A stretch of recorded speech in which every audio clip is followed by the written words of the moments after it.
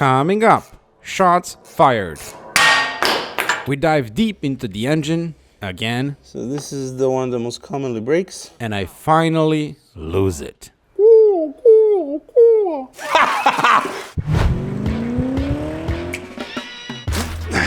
What happens when you neglect a rare V8 for 9 years? Can it be put back on the road? What will it take? What happens when you say 9 to the bare minimum because you have no self-control and decide it needs everything? What then? Well, you're about to find out in this video. I hunted down 1 out of 43 examples made of the Alpina B10 V8S in Finland and drove what is the fastest production E39 touring 2,500 kilometers across 6 countries back to Germany.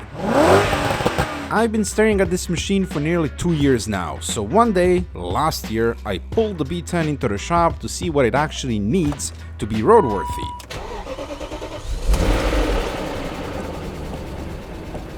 This 4.8-liter NA V8 with 375 horsepower is based on the M62 engine, which is famous for having its plastic timing chain guides disintegrate into 3.5 billion pieces. Now, this engine already had that service done at one point, but we need to confirm if they're still good. So let's drop the oil, drop the pan, and inspect for broken chain guides. And You can see a chunk of something already in a bolt. oh, that's splendid. So here's what we have. A small 10mm bolt. We need to find out where that came from. And a big chunk of timing chain guide. Excellent. The loose bolt is for the upper oil pan, which I refitted and snugged up the rest of them. Good as well. Then I shoved an inspection camera in the guts of the engine, which visually revealed guides that were in good condition. No broken plastic. This piece here is undoubtedly a leftover from the old original guides.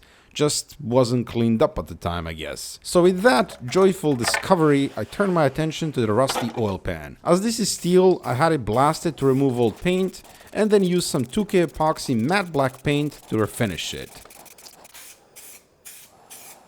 Came out good as new, one must say. After cleaning up the surface,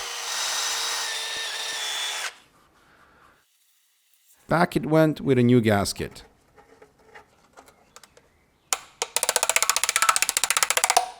We gotta replace the rubber mounts for the oil filter housing. They are completely broken.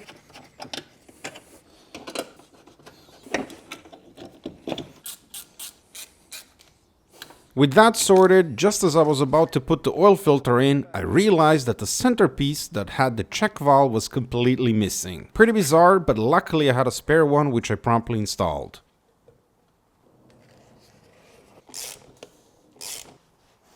I topped off the oil with liquid moly goodness, and this is what this 309,000 kilometer engine sounds like.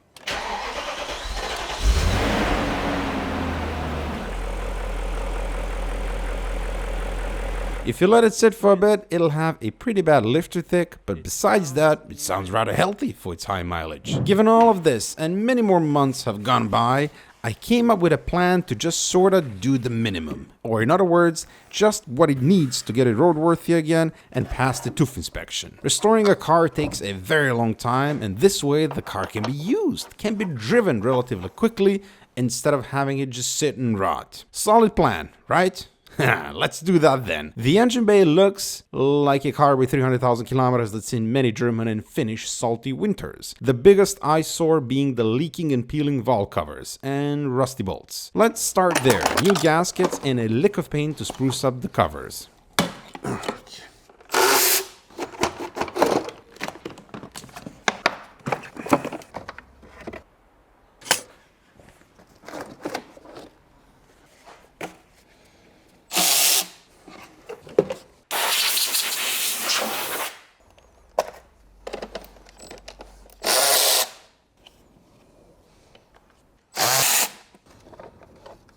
Old school ignition coils, Bremmy, made in Germany.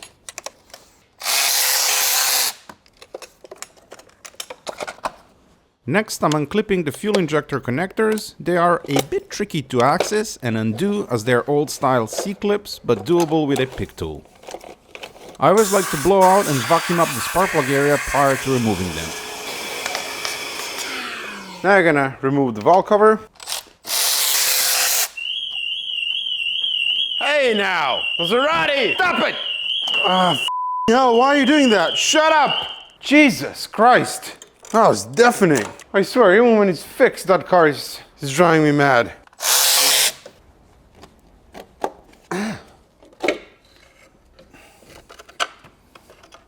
Wow, that is fairly clean. Given that this engine has over 300,000 kilometers, it is fairly clean. No sludge buildup whatsoever. A tiny bit of varnish here on the cover, but that's nothing. And then the cams are in mint condition. You can see that the lobes are fantastic looking. Bit of surface rust here from just car sitting for so many years, but that's nothing alarming and it already cleaned up. So I'm very, very happy with what I see here. This is a nicely maintained engine overall. Regular oil changes for sure. Same dealie on the deal on Bank 2, equally awesome. This is one clean engine. After taking the valve covers off, I stared and mumbled at the ugly upper timing covers for about 5 seconds and went to bed. To explain what's been going on in my brain that night, whilst unsuccessfully trying to fall asleep, I gotta paint you a picture. I shall recreate the scene for you. Just imagine that this is my bed at home. But wait, I gotta make it more homey. Rod bearings.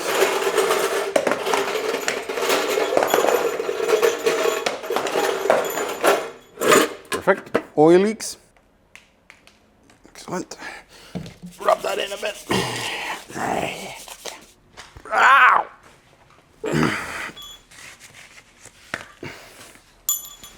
Those upper timing covers, I gotta vapor blast that. They're so ugly. It's just a couple of bolts and then I can refresh the bolts as well. But if I have those covers off, then I have a straight shot at the Vanos. And Vanos has over 300,000 kilometers. It's probably never serviced, so it would be smart to refresh that as well.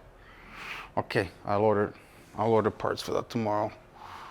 But wait, if you're messing with the Vanos on the M62, that means you're messing with the timing. And if you're messing with the timing, when were the guides done? 2010. Holy schnitzel, that was 15 years ago. Okay, let's do that as well. I mean, it's just one extra cover and we're messing with the timing. Those pigeons on the balcony. I need to get a shotgun. Is it pigeons or cows? So loud. But the upper oil pan is not gonna match the rest of the engine then, and we gotta vapor blast that as well. And then at the same time I can powder coat the subframe because we're doing the entire suspension anyway. And then you have a straight shot at the oil pump. You can take that apart, inspect and clean it. And the rod bearings are within spitting distance. So we gotta do that as well. It has over 300,000 kilometers. Yeah, so much for doing the bare minimum. Guess we're doing absolutely everything again. Can't leave it alone, can you? Say goodbye to another 15,000 euros in parts, you imbecile. And then Jessica Alba and Margot Robbie are laying right next to me. True story, that. At this point, let's inspect the cylinders and see their condition. I kind of don't want to do it because I'm afraid I want to go into fine. But on the other hand, I don't want to be putting money and time into an engine that's maybe already half dead. So let's see. Oh.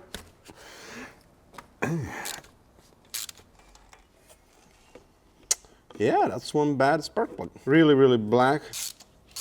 Super black and gummed up. That's all of the spark plugs removed. One of the most difficult spark plugs to remove. Surprised they didn't pull any threads. They haven't been replaced in forever. So I'm gonna vacuum up the holes now. Here we go. The moment of truth. And yeah, that looks pretty minty to me. I mean, some schmutz from when we pulled the spark plug, but that's nothing. I mean, you can see something very, very, very lightly, but that's nothing. Let's see the next one. Ooh. Yeah, more schmutz here. I mean, this is good, man. This is very good. You can see a little bit here, but this is nothing to worry about. That's nothing. 300,000 kilometers, people. This one is good as well. Happy with that. And the last one is good as well. Cylinder number 5. Looking good, Mr. Kata.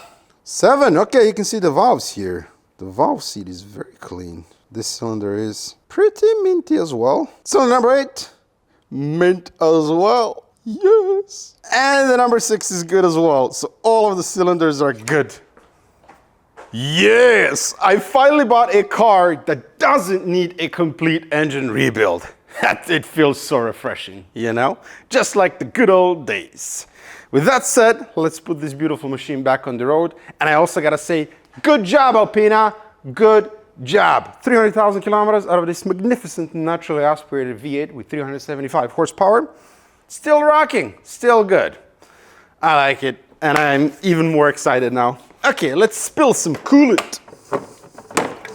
There we go, it's more like water than coolant, man. Okay, we gotta remove the cap on the top, and then it'll, you know, watch this. There it is. Why is that so slow? I don't have a whole day here. I have no patience for this, so I'm gonna pop the lower rat hose. Now we're talking. There it is. Everywhere, absolutely everywhere but in the bucket. I did say we're gonna spill some coolant. Okay, off with the coolant hoses. What in the schnitzel? Hey, this is a replacement original expansion tank. Look at that. Oh.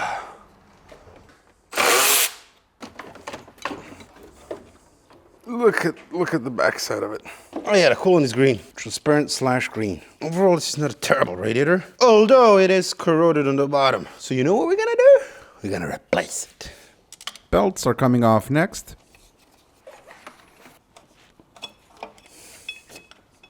The water pump pulley. The secondary air pipe. There we go. The thermostat. Did I use a lower temperature thermostat? They didn't. Mistake.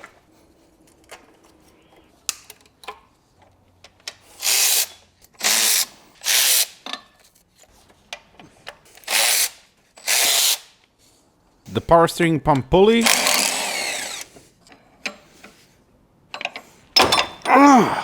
Bastard. The crank pulley. To get to the water pump bolts, we have to remove the vibration damper. Now here's something interesting. Alpina used S62 E39 M5 crankshaft and connecting rods in this engine, and that's how they went from 4.6 to 4.8 liters. This also means we have an S62 vibration damper, for which we need a special tool to counterhold it and release 4 bolts to remove it. The front main seal is good, not leaking. Let's get this crusty water pump out.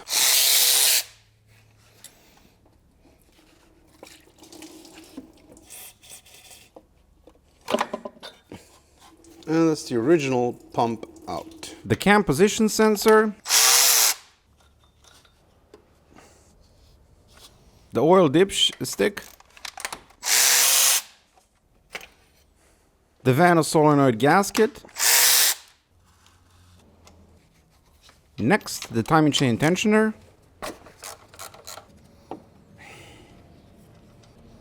And now we can loosen the upper timing cover bolts.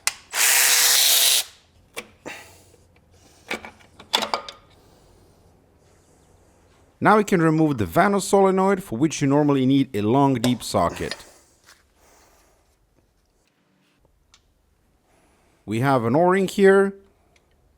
Look at this. This plastic guide is supposed to clip around the aluminium, and it's broken on both ends, on this side as well. So it's just slapping around. So yeah, simply due to age, we need to replace these guides.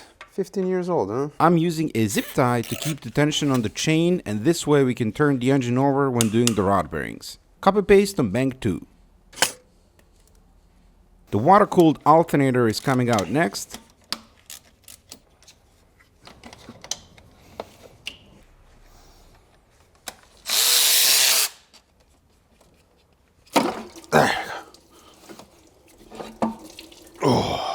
Then the AC lines. The system is completely empty, so it's safe to remove them.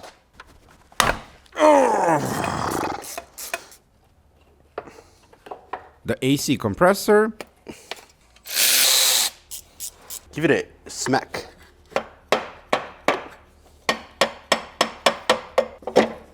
There you go. Look at the condition of the shock absorber. That's blown to smithereens. Now we can start with the suspension, which also needs an overhaul, and we need to get the subframe out to access the upper oil pan and the rod bearings.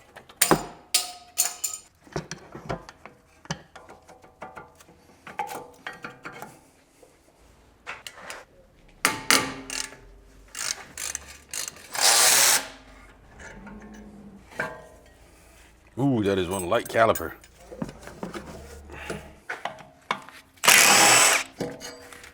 The sway bar, the pinch bolt. Then I'm using a knuckle spreader to spread the knuckle.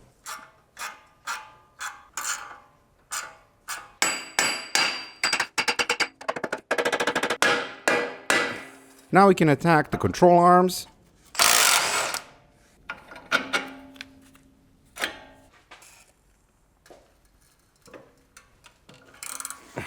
Removing ball joints on E39 can sometimes be a proper nightmare, so I'm attacking them with a hydraulic ball joint popper.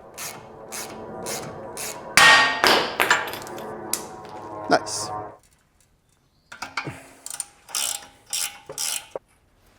Gotta unbolt the sway bar to access the thrust arm.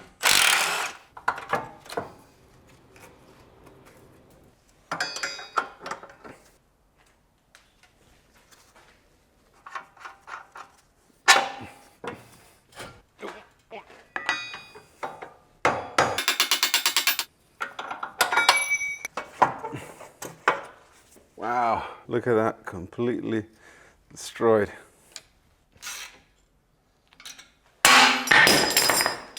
Very nice. The tie rod. There we go. Wheel speed sensor.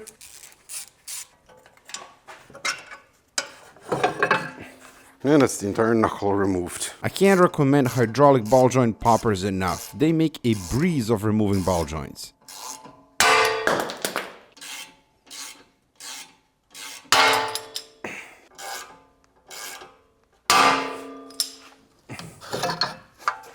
Then the center link.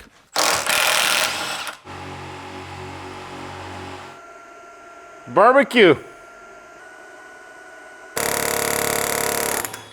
Nope, that ain't gonna work.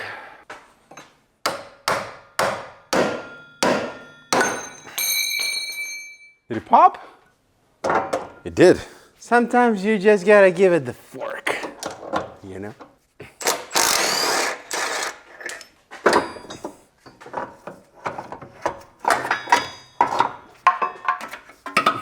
Man, I remember when I did this on my E39 M5, which is in the back road right now, in an underground parking garage. It's terrible, awful, but I got it done. The strut assembly can come out. Draining the power steering fluid. Disconnecting a line and removing the PS pump. There you go.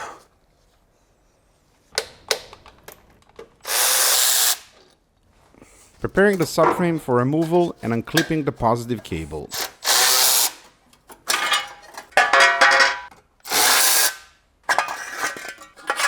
Unbolting the steering column from the steering box.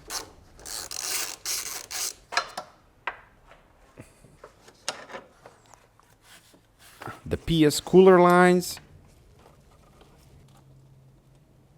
Oh, wow. Oh. Removing the engine mount nuts.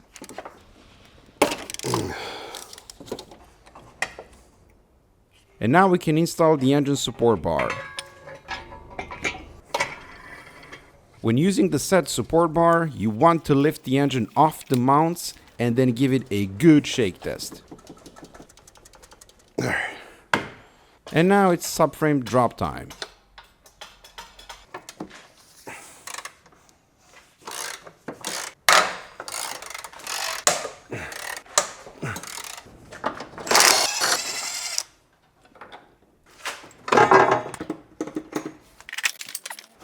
There you go.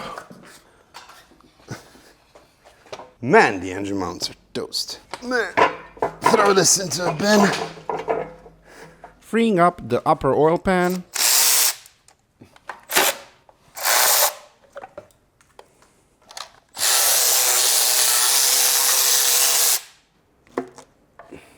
And now the upper oil pan.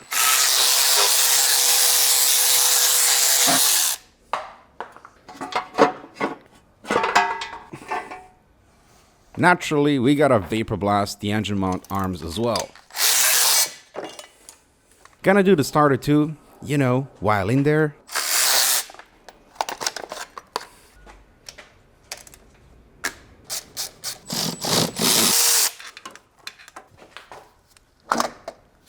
The lower timing cover.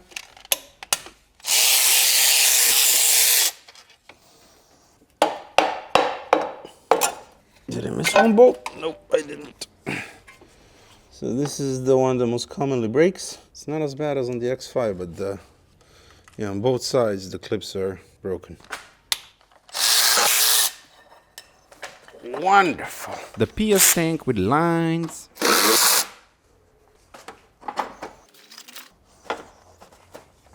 With everything disassembled, now it's time to do some prep work. I'm taking apart the front struts so I can drop off the springs for powder coating and hardware for zinc plating. And here's 278 kilograms of rusty bolts that will go for zinc plating, and this slot is going for powder coating. So after dropping off the software for zinc plating, we can continue with the engine, and let's see them rod bearings, shall we? First, we gotta drain the rest of the coolant from the block. Oh, great. Running your crush washer. The oil pump coming out next. This chain appears a bit too tight, but we'll double check that later.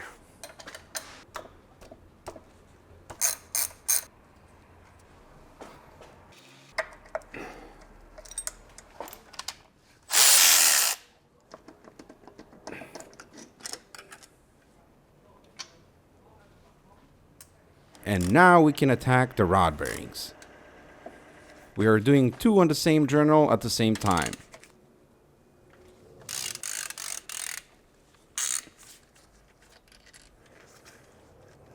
Do not drop the cap. The lower one has wear. Then push the conrod up and above the crank, carefully so as not to scratch the crank. And get the upper bearings out. It's the upper one. There's some staining on the crank, which is due to the car sitting for so long and probably some condensation occurring, but as long as you don't feel anything and the surface is smooth, it's nothing to worry about. This can be polished easily, but I prefer not to do that with the crank still in the engine. Here's the condition of the first set of rod bearings. These are the upper ones and they get the most abuse and most wear, and these look rather decent. This bottom one looks quite okay. This one has some unusual wear here, maybe some dirt in the engine or whatever, but it's not too terrible, and the crank is in mint condition. And the S62 engines don't have issues with rod bearings like S65 or S85. They can go for a very, very long time without needing this service.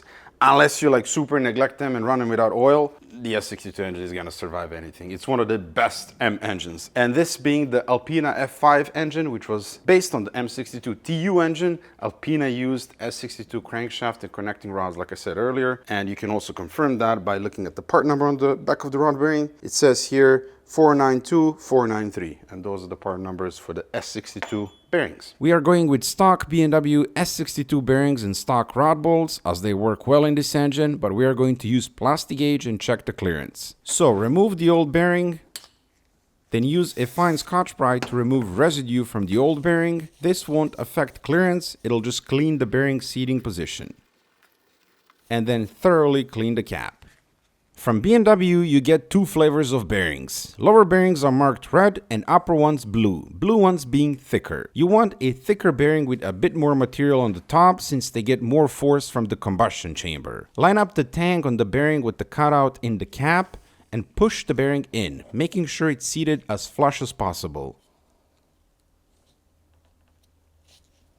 It's very important to note that these are fracture split connecting rods, meaning each rod and cap are unique and mustn't be mixed around. Each rod and cap are etched with matching numbers, and that's how you install them. To check the clearance range, we are using a plastic gauge. I'm dabbing on a bit of silicone spray so that the plastic gauge doesn't stick to the bearing, and cutting a small strip and placing it in the middle of the bearing. Normally, I don't like cleaning the upper part of the con rod with a Scotch-Brite if it's still in the engine, as it's difficult to clean up after, but on this particular engine, there's enough room to clean up thoroughly. And then the upper bearing goes in,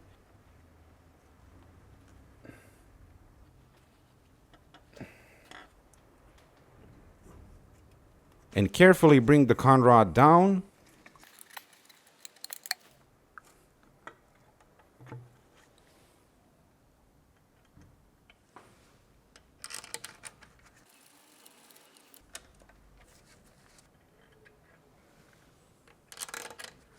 And here you can see the matching numbers. Torque speculation is first 5 newton-meters, then 20 newton-meters, and finally 65-degree angle.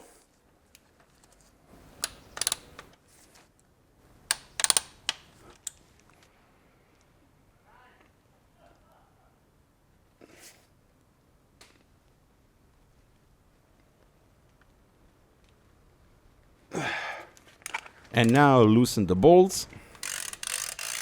The rod bearing clearance from B&W for S62 crank is 0.029 to 0.067 millimeters. The plastic gauge will not give us an exact number, but it will tell us in which range the clearance is. Here we have a clearance that's between 0.038 to 0.025 millimeters, but more towards the tighter 0.025 millimeter side. So perhaps within the specified range, but that's a really tight clearance, and it's not what I want for this engine, especially not if we plan to run 10W60 oil, which we might. With rod bearings, the rule of thumb is that you want to be in the middle to looser end of the specified clearance, looser being more desirable for thicker oil. So I'm gonna show you how we are going to try and achieve better clearance, but in the next episode. For now, this'll do it. Thank you so much for watching, and I'll see you in the next one where this Alpina B10 should be running again. Until then.